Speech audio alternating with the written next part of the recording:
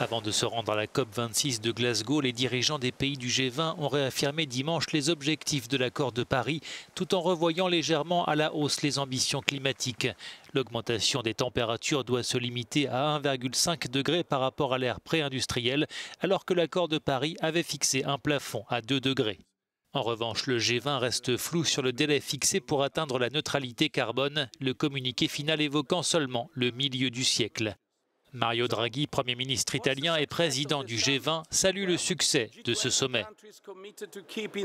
Nous nous sommes engagés, dit-il, à maintenir l'objectif de 1,5 degré à portée de main grâce à une série d'actions immédiates et d'engagements à moyen terme.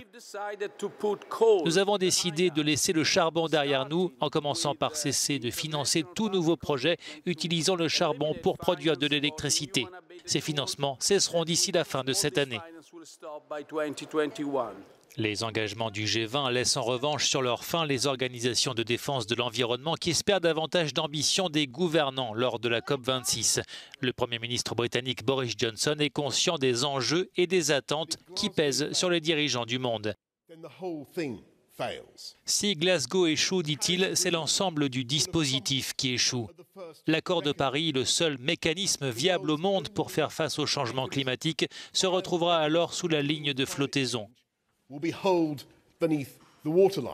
Pour l'instant, l'accord de Paris et l'espoir qui l'accompagnait ne sont qu'un bout de papier.